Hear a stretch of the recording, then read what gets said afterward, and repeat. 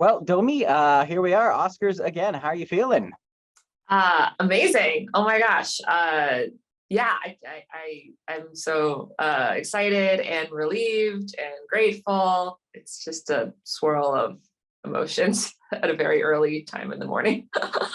Why do you say relieved? I think a lot, like I put a lot of pressure on myself on this movie. I think there was a lot riding on this movie too. There was a lot of firsts in this movie. There's like the first, film from Pixar that was led by a predominantly female leadership.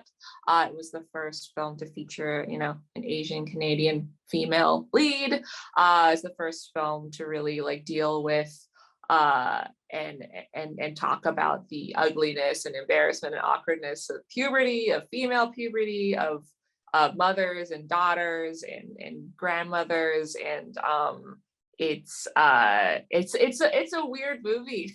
I mean, I love it, and I knew it was going to resonate with a lot of people, but I just there is still that voice in the back of your head being like, is this going to connect with Oscar voters? But it did.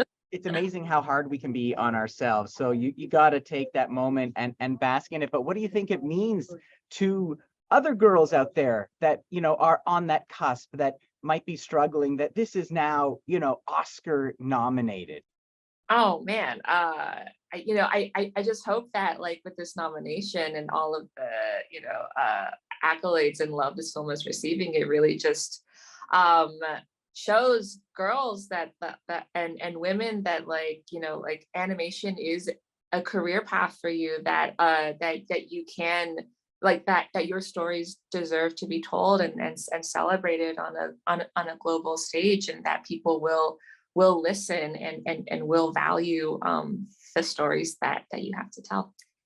And we are going to be sharing this with our Toronto audience. You have this amazing specificity from the convenience stores to the CN Tower and the Sky Dome I can see out my window. What's it like to have the place you grew up in become a Pixar location? And what does that mean to you?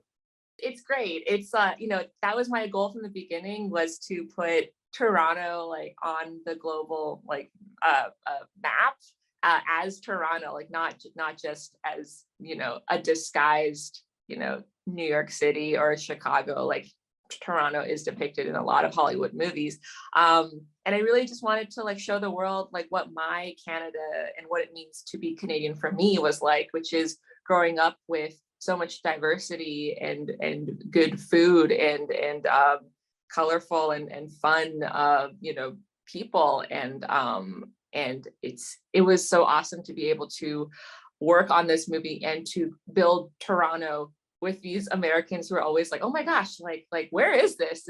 Is this place exist? And I was like, yes, it does. It's like right there. You should go visit it. It's like 5 hours away. I mean, and the key, a lot of your own storytelling has been like being true to yourself and your experience. And we're seeing such an amazing range of Asian representation this morning at the Oscar nominations. Turning Red is just part of it. Everything, Everywhere, All at Once, Michelle Yeoh and company. How does that make you feel about the industry and the kind of stories that are being embraced now? Oh, it's just, yeah, it's so exciting right now to be in the industry and to see all of these different stories finally get received and loved and celebrated on the big stage. And it's like validating, because it's like something that we already knew for a long time. Like I grew up watching Michelle Yeoh's movies, and I knew already that she was an incredible actress, and she does incredible stunts, and she's just amazing badass queen. So and now finally everyone else knows about it too. It's also, yeah, it's like this feeling of like, oh, finally.